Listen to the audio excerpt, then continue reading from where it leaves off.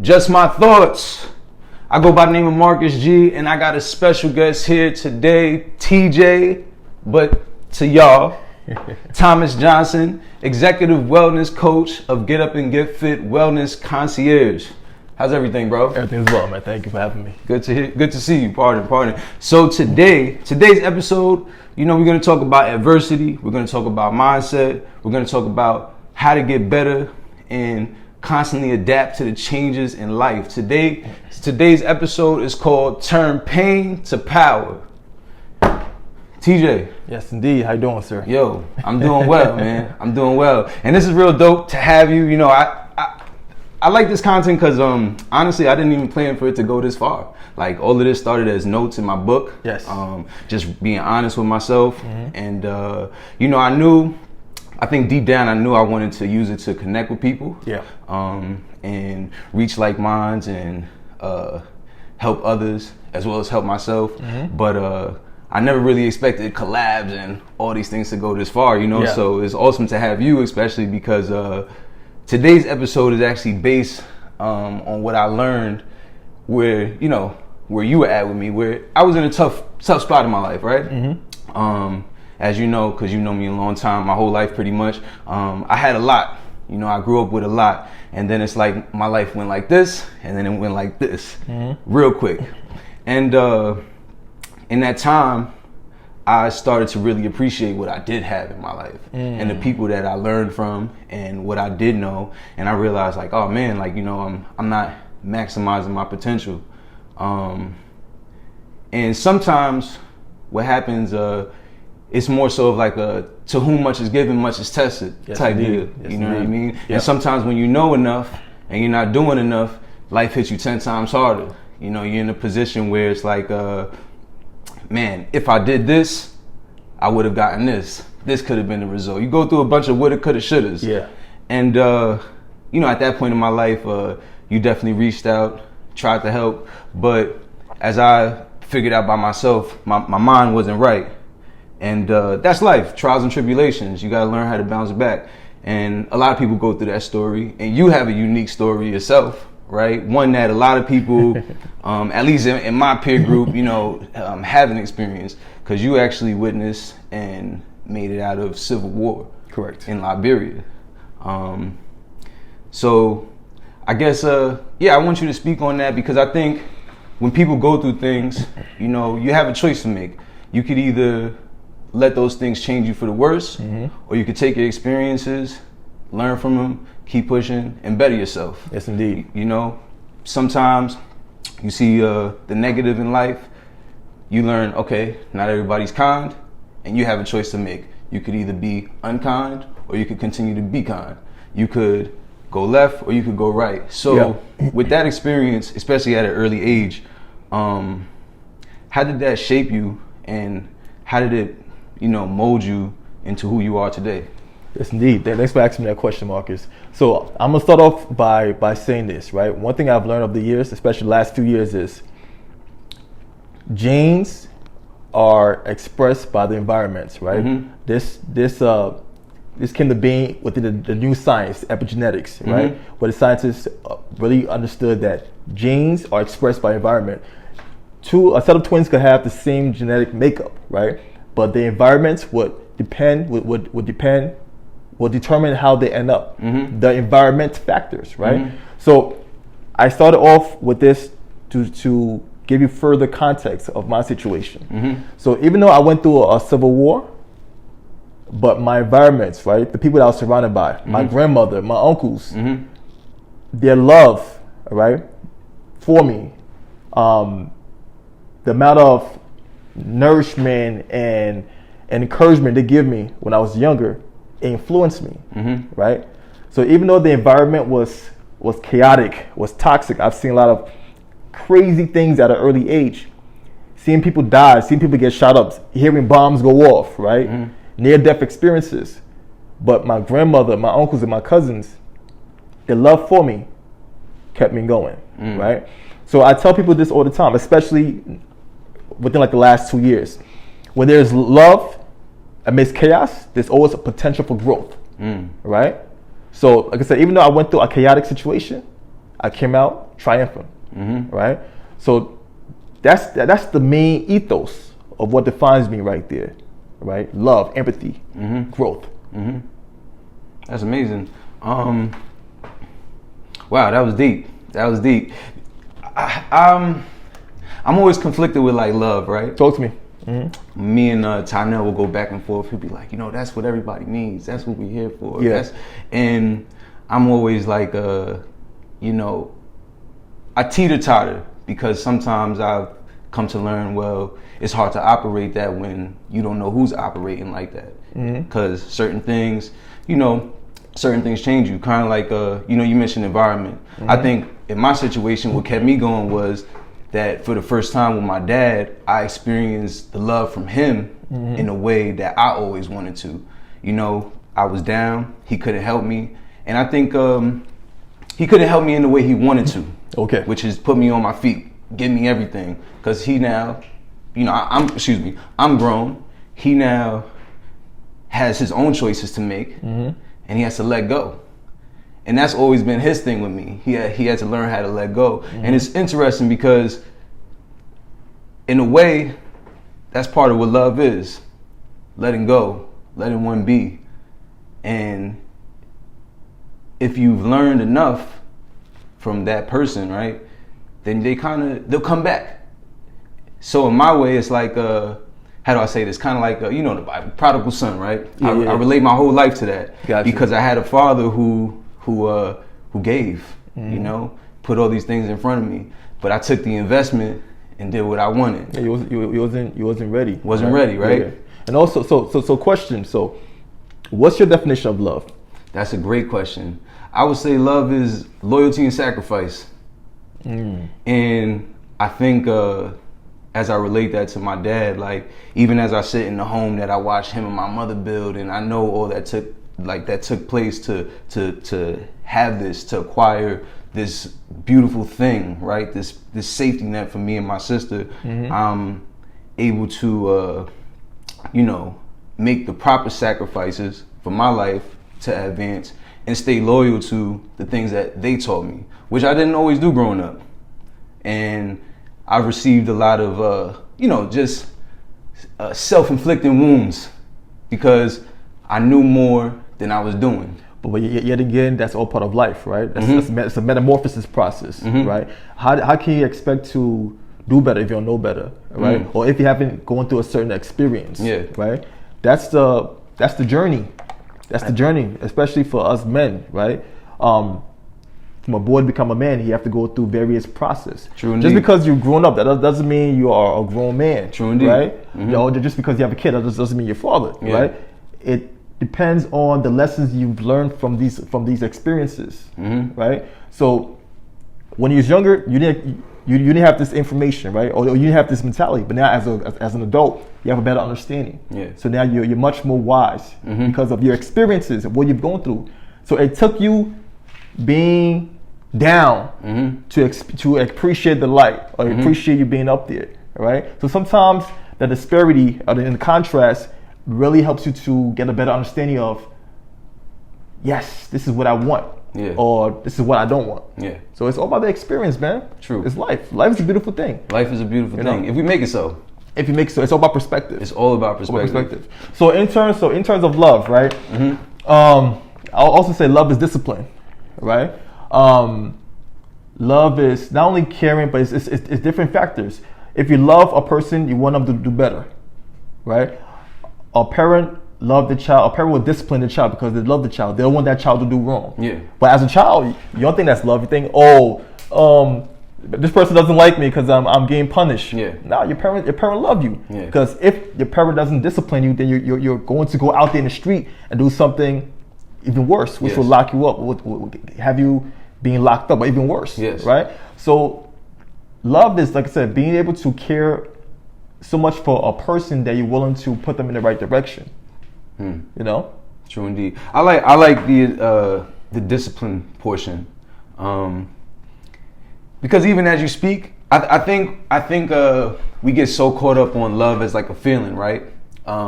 that we forget the action Man. to exemplify that. Oh my right? goodness. And even at, sorry, because I got to say this to you because I think you are part of, you embody that, especially when you use the word discipline.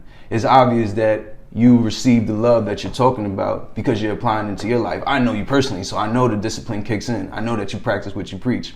I think a lot of times we say we love, right? But that's just based off of feeling.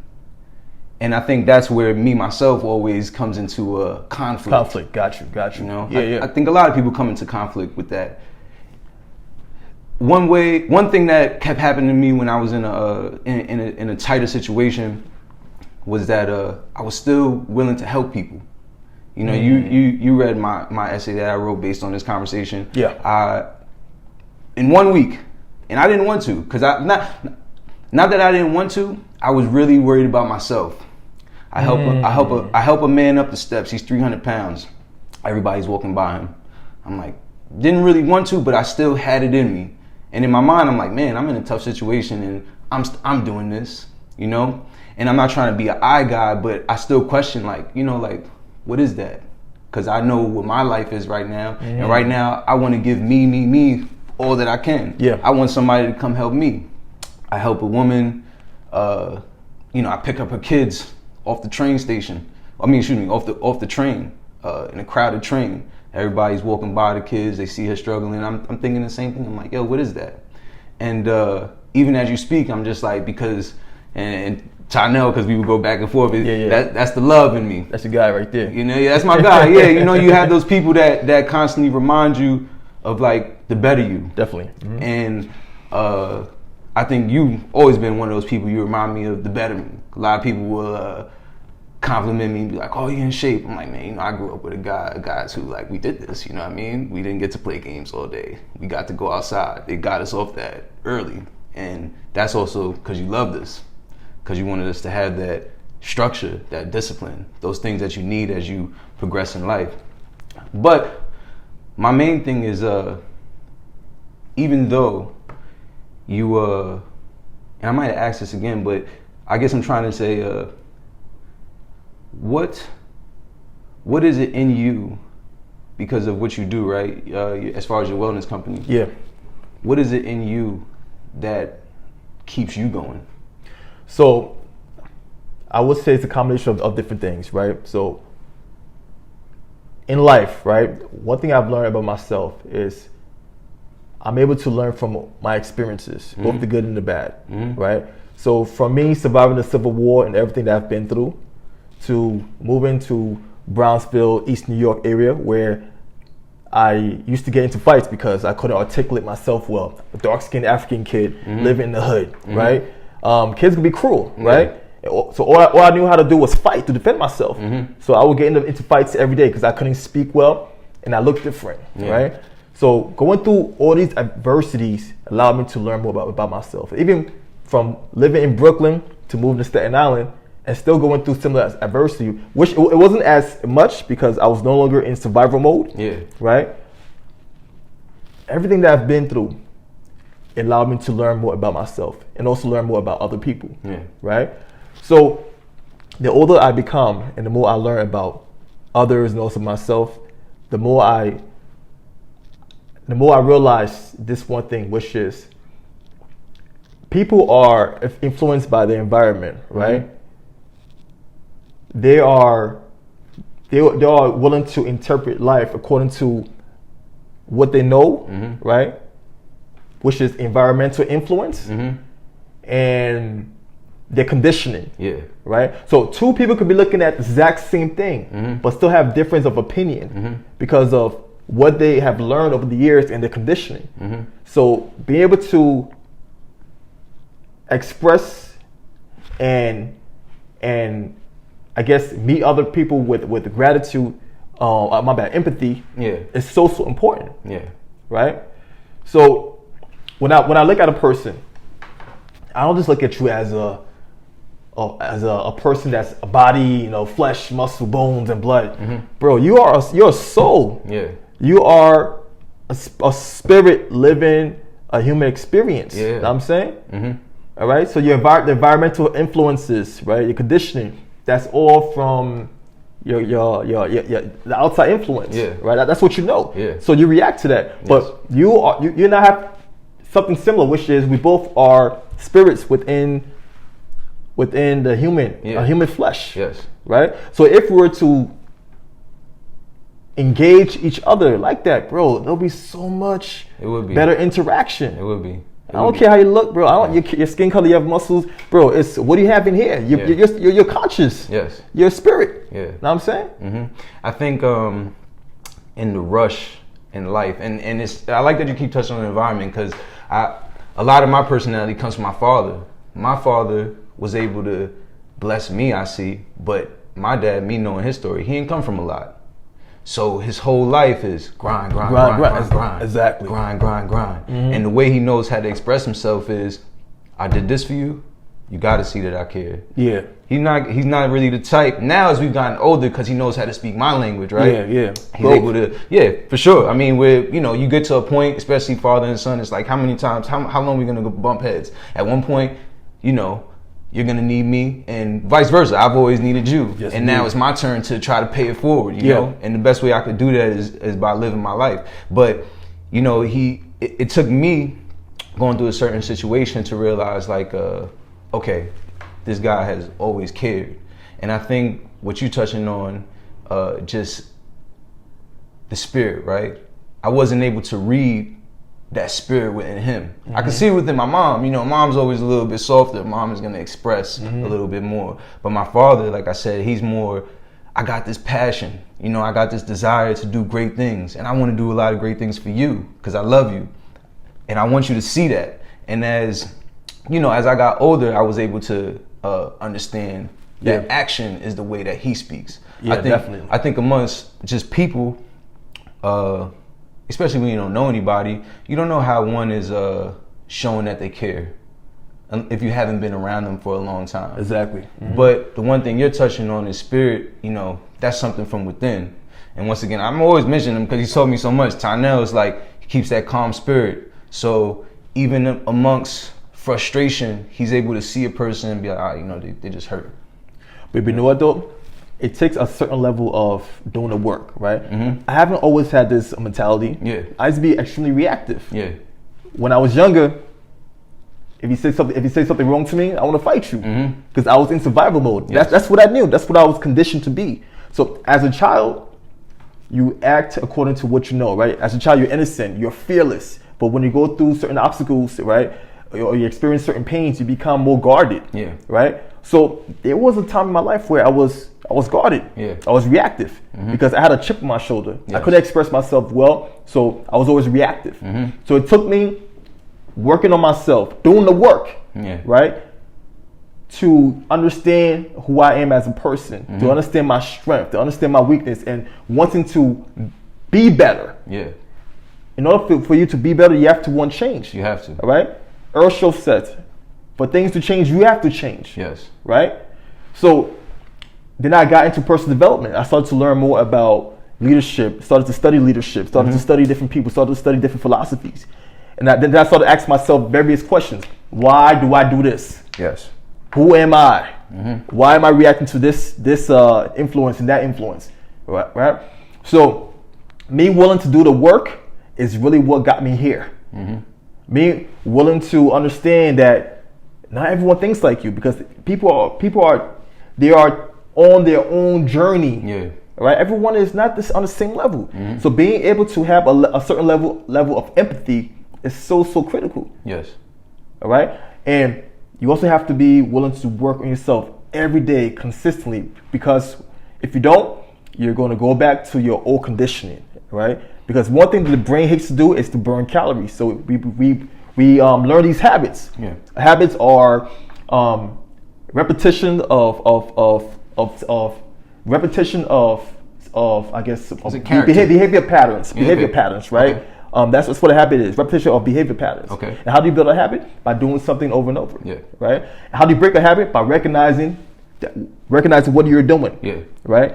So I've got obsessed with human behavior. I've got obsessed with wanting to learn more and be better. Yeah. So doing the work on yourself is so critical, and this is something that has changed my life. Every day I'm learning something new about myself. If I'm in a certain situation, I get the chance to learn something new about myself because of how I'm reacting to that situation. Yeah. Right. So how often do you hear people talk about that? That, oh, I'm working on myself right now. Yeah. We're so caught up in obtaining or instant gratification or entertainment that we don't get the chance, or we don't take the time to learn about ourselves. Yeah. Yeah. So if I was to leave one thing, I would say be willing to do the work on yourself. Yeah. Become obsessed of learning who you are. Yeah. Yeah, that's beautiful. I like that you said I lived my life with a chip on my shoulder, right? For a long time. And sometimes it's still there because sometimes I'm like, I need that real quick. Conditioning. Like, I hear you, yeah.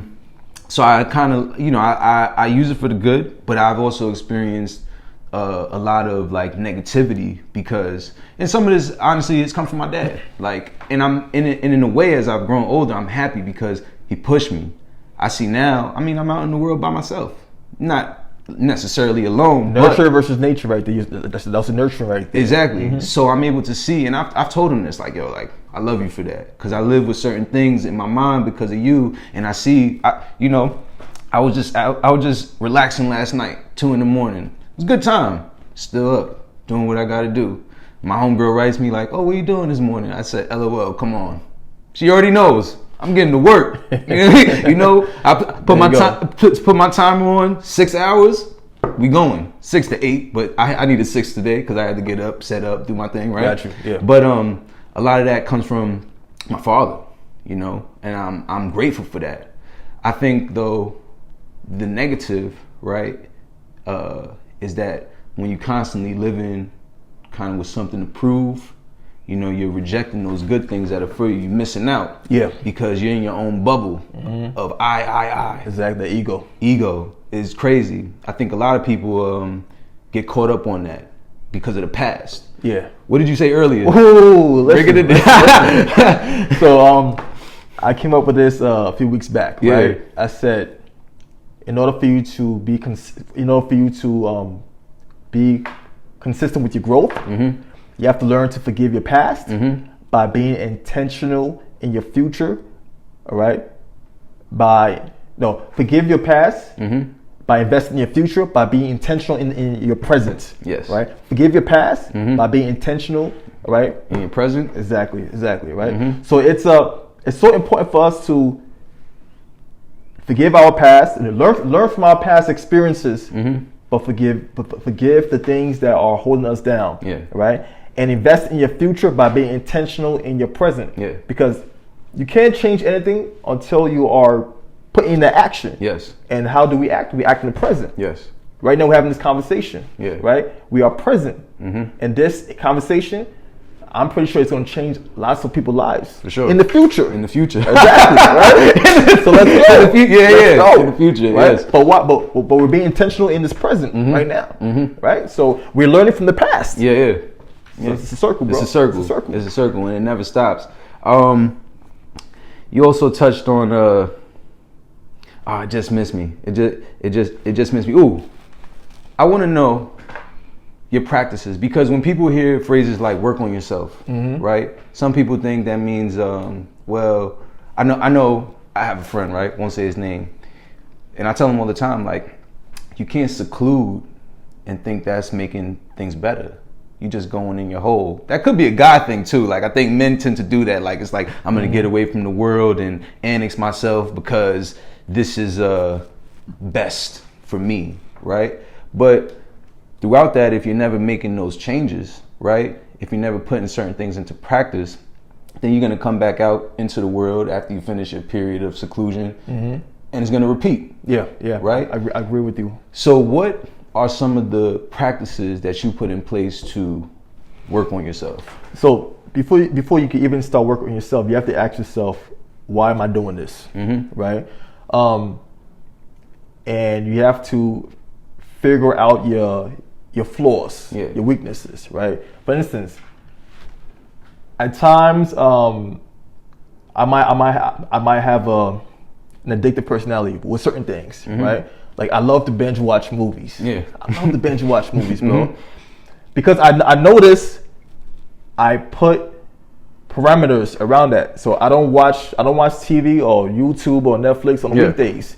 Right? That's my rule. I create rules for myself. Right? I might get in the smash mode. There was a period of time where I was addicted to sex. Yeah. Right?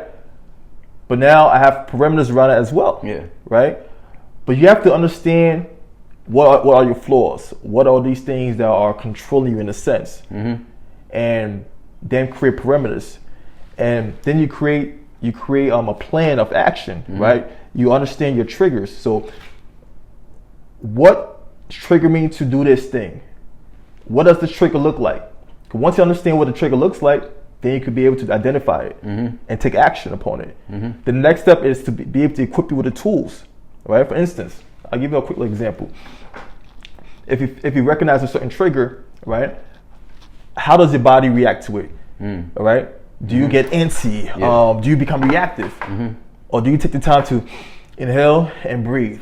Right? So learning how to address your triggers by having certain tools is so important. So for me personally, I've learned to equip myself with specific tools, right? First, I identify my various negative habits, right? My negative habits, like binge watching, eating. I love apple pie, so I make sure to eat apple pie once in a while, right? If there's something that I really like and enjoy, I would not keep it in the house, right? Because I don't want to be tempted. So you prepare yourself for success, right? By being intentional. So I create various rules for myself. So I have certain habits, certain positive habits that I've created over the years. So in the morning, when I get up, I make up my bed. Then I go in and I jump rope. Actually, my bad. I make up my bed. Then I put myself in a state of gratitude. I go over 3 things that I'm grateful for. The reason why I do that is because back in the day, I used to be extremely moody in the morning, right? But I go over things that I'm grateful for and feeling grateful and really, not just saying it, but living and feeling it. Because the power is in the feeling, right? I'm able to put myself in that good mindset, and mind state. The next step, I move my body, all right? I jump rope, I work out. Now I'm getting the blood pumping. Then I do yoga. I stretch my limbs. I'm still getting the blood pumping. Then I meditate. Meditate for about 10, 15 minutes, sometimes even up to 30 minutes. That's great. Right? Then after that, I'm able to take over the world. But whenever I break my routine, I end up going back to my reactive state. Then I'm grabbing my cell phone, right? I'm responding to text and email without even investing in myself. So I've learned to invest in myself first before doing anything else. I don't care if I have 1,000 emails or 1,000 text messages waiting for me. No, I'm going to invest in myself first because without my peace of mind, it's going to be hard for me to put my best foot forward, right? So over the years, I've created my value hierarchy, right? So my value hierarchy is God first, peace of mind second, then family third. All right? That's different from most because the reason why my peace of mind second is without my peace of mind, I can't be the best version of myself. True. I can't be the best brother. I can't be the best son. I can't be the best lover, right? So I've learned to value my peace of mind. So God's first, because God's my foundation, right? My peace of mind, then my family. Then everything else follows after that. Beautiful. So, let's touch on family. Because I think, you hear me mention my father, my mother. Those are big influences to myself. Even my little sister. My entire family, actually. Like, I learn from all of them. I take bits and pieces from each one of them as individuals, and I try to, just apply it. And I think most people who have, a good structured family, they're able to do the same. And some people who don't, maybe that can, some people that don't, they're able to still push forward. It can still maybe motivate them to do better for themselves. And some people, it can cause some lack in their personal development. And just in general who they are, just their success in life. So your family, who are they to you? So my family is very, very important. Like I mentioned within my hierarchy, right? God, peace of mind, and family. So those are what I consider the foundation. All right, my foundation right there: God, peace of mind, and family. So I've learned a lot from my family, right? And I've also learned that a person doesn't have to be biologically connected to you to be your family as well. True indeed. Right? So a family dynamic is extremely important, right? I've learned a lot of things from my family, both good and bad. And I've also had to unlearn certain things, all right? For instance, I don't consume caffeine. I don't drink coffee. Why? I grew up watching my father drink coffee every morning, right? If he has his cup of coffee, he'll be a bit moody, right? And I told myself at an early age, I never want to allow this substance to have that much control over me. Yeah. So to this day, I don't drink coffee. Yeah. Even in college, when I was taking midterms and finals and struggling with sleep, I still didn't drink coffee. Yeah. Right? So little things like that. But I've learned a lot from my father. I've learned work ethic. My father, he's a beast when it comes to work. Right? Very disciplined. One of the most disciplined person I know is my father. Yeah. Right? Not as compassionate as my mother. Right? two different people. Yeah. Right? But I've learned to appreciate his work ethic and his discipline. Now my mother, very very loving, right? My mother, she has this entrepreneur mindset, right? After I graduated college, and I told my mother what I wanted to do, she was like, "Go for it." Yeah. Right? She even helped out with my first laptop. She invested in me. Nice. Right? Because she saw that potential. While others might have thought, okay, get a 9-to-5 job. I had a vision, right? And my mother saw that. So my mother's more entrepreneur. My father's more the practical side. My mother's more, emotional side, right? So, but I've learned from both my father and my mother. I've also learned from my siblings. Yeah. Right? I've learned from my siblings. Sometimes we butt heads, but it's all love. Yeah. Right? So family is extremely important. It's extremely important. And the more I grow and the more I see my siblings grow up, I sit back and I reminisce on the things that I've gone through with my siblings, right? And I tell myself, wow, they have grown, they have matured, they are adults now, right? It's a beautiful thing. And so you, as an older, speak on them too. What do you learn from them as you continue on your journey? So we all have our passions, right? Our strength. Like my brother, Poppy Tway, right? He's passionate, right? He's a creative one, right? Growing up, he was always doing weird stuff, right? Like creating different experiments, different projects, right? But he was always very creative, right? The way he thought, right? He would think outside the box. And even as an artist, right? As a teenager, I was big into hip hop, rap. I used to freestyle. I used to write lyrics. Yeah. Now he's better than me. Yeah. Right? When he spits, I'm like, damn, you nice kid. Right? So I started off, but he took that and he went with it. Yeah. He I won't say he perfected because he's still working on his craft, but he got to a higher level than I ever even thought about. Yeah. Right? Yeah. He got way past what I did. Yeah. Yeah. So like things like that. My brother Will, right? He's very passionate. So Will and I were very similar, right? In terms of he's like, I call him my twin. My twin, 12 years separated, but he's extremely passionate, right? So when him and I used to live together, I saw myself in him. I saw myself in him. So when he went through his various situations, I was a little bit more compassionate because I saw myself within him, right? My sister Wani, she's very passionate as well. I mean, she's very, I think she should be a lawyer because of her personality. Right? She's a fighter, right? My sister Doris, she's very talented, very talented. She's also very caring, very forgiving. So we all have our talents, right? And I've learned to appreciate our talents, right? Everyone's doing their thing, and I love it. Yeah.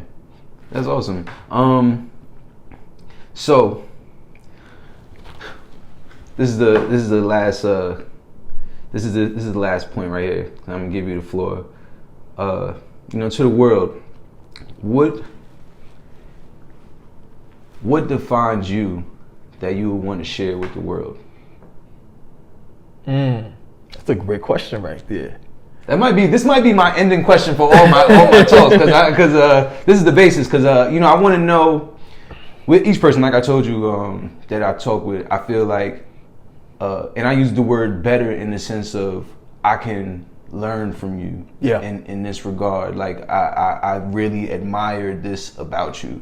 So with you, I mean, in my mind, I'm just your mentality. Like I've always liked that about you. So, yeah. But I want you to speak on what defines you that you would want to share with the world. If you had one last thing to say, I would say the constant need for growth and wanting to be better and also help others as well, right? I don't believe in retirement. I don't believe in giving up. I believe in constant growth. That's one thing that's constant, right? Which is change. Yes. All right. Change is one thing that's constant. Yeah. All right. We are going to grow up constantly, but it's up to us to either go left or go right. Yeah. I want to be better, so I take it upon myself to constantly invest in myself. Read, listen to podcasts, have certain conversations, read certain books, right? Because I want to be better. The more I know, the more I could provide, right? So, and by me constantly investing in myself, my job is to share what I've learned, right? Create impact, right? My goal is to create impact on a regular basis because it's like the rippling effect. You drop a pebble in the water, it spreads, all right? But you can create impact if you are being stagnant, if you're just being egotistical, right? I understand self-preservation is important, right? But at the same time, when you give, you receive. Amazing that you said that, because I was gonna play the song as you said, but the guy says, you all are so worried about self-preservation, not understanding that won't help. That you're so worried about your own self-preservation, not understanding that won't help you get to your destination. Because it takes everybody. Exactly, man. Exactly, definitely, man. It's so important because as human beings, right? We're not just, like I said, we're not just flesh and bones and blood. We have various system within systems, right? As a wellness professional, I understand that we have a circulatory system, we have lymphatic system, we have endocrine system, and a skeletal system, and etc. Right? So I understand that. And we also are spirits, right? So just like how you work on your muscle on a consistent basis in order for you to create that hypertrophy, that growth. Yes. You also have to work on your mind consistently as well. Work on your spirit. You have to feed your mind, body, and soul. If you don't feed your mind, but you're constantly working on your body and I guess your soul, you're off balance. Yes. You need to be consistent with working on all three bodies, mind, body, and soul, to find that peace of mind, right? And that has been one of the biggest discovery I've discovered in my years on earth. Be consistent with working on yourself. Yes. Because you will serve others better. You will serve others better. And I gotta just say, because I know you, and I know it's the truth. Talk to me. And I think one thing and we're gonna try to leave with this, right? I follow this quote. Anytime you lie, you minimize yourself as a man, because a man is the truth. And so I've lived like that for the past 3 years. That's beast mode right there. I try to just keep it so 100 with myself. Because you're being honest, right? If you lie, you're taking away from yourself, because words are powerful, man. People say this all the time. My man, I know this is your podcast. No, it's cool. Right? Do your thing. This is what we have for. Do your thing. People say this saying all the time. Even I'm guilty of this saying, because I've said it as well. Right? Stick and stones may break my bones, but words may never hurt me. That's BS. Because words do hurt. Words have connection. They have meaning, right? So, and it also has vibration. Yes. So when we say something to a person, they're going to receive that and feel a certain kind of way because of the word, the connection of the word. Yes. Right? So you have to be careful of what you say to others and what you say to yourself. Yes. Right? Yeah. Oftentimes our self conversation is negative. It's negative. True. Right? We have to learn to speak to ourselves in a positive manner. Yeah. So we could speak to others in a positive manner. So how can you expect to help others if you're not helping yourself? So true. So true. What Kendrick Lamar say? Do you think, brother? The tongue is a mighty weapon. It is, man. The tongue is a mighty weapon. Wars have been fought over the tongue. Yep. People have died over the tongue. Yeah. Man. Yeah, and it's I gotta just I mean, I already know this about you, so it's like really dope because I really feel like you raised me low key, like you know what I mean. Like I've known you like my whole life, and it's dope because as I practice just being a better man, you know, looking up to my father, like you definitely among that list. So it's cool to like see the embodiment. That's what that's what I told my friends. Like we gotta embody that, you know, and it's hard to do. It is. It's hard to do. That's the challenge that we all face. So, you know. But Marcus, though, even though listen, if it's hard, do it hard, right? Mm-hmm. Because all the great inventors went against the grain. Yes, they did. All right. The person that created the airplane, right? The person, check this. The person that created the telephone, right? When he first told his friends, oh, I have this discovery where I could transmit voice through wire. Mm-hmm. They thought he was crazy. Mm-hmm. They locked him up. Mm-hmm. His own friends had him sent to a mental asylum. Yeah. His own friends. Yeah. They thought he was crazy. Now we're able to use telephones because this person, he went against the grain. Yeah. If something is hard, listen, do it regardless, because on the other side of this comfort, bro, it's limitless opportunity and growth, man. Mm-hmm. But you just have to be willing to get uncomfortable, man. Yes. True. That's how success is created. Yes. You're correct. And I know you're correct, because I know you. And you're the truth. TJ. Let's go. It was a pleasure, man. Like this is dope. This is dope. This is dope. Yo, I appreciate this, man. Just My Thoughts. We on this camera. Just My Thoughts. Thomas Johnson. Yo. Check him out. Get Up and Get Fitness Wellness Concierge. He's the truth. I appreciate you. God bless. He's the truth. God bless. Take care.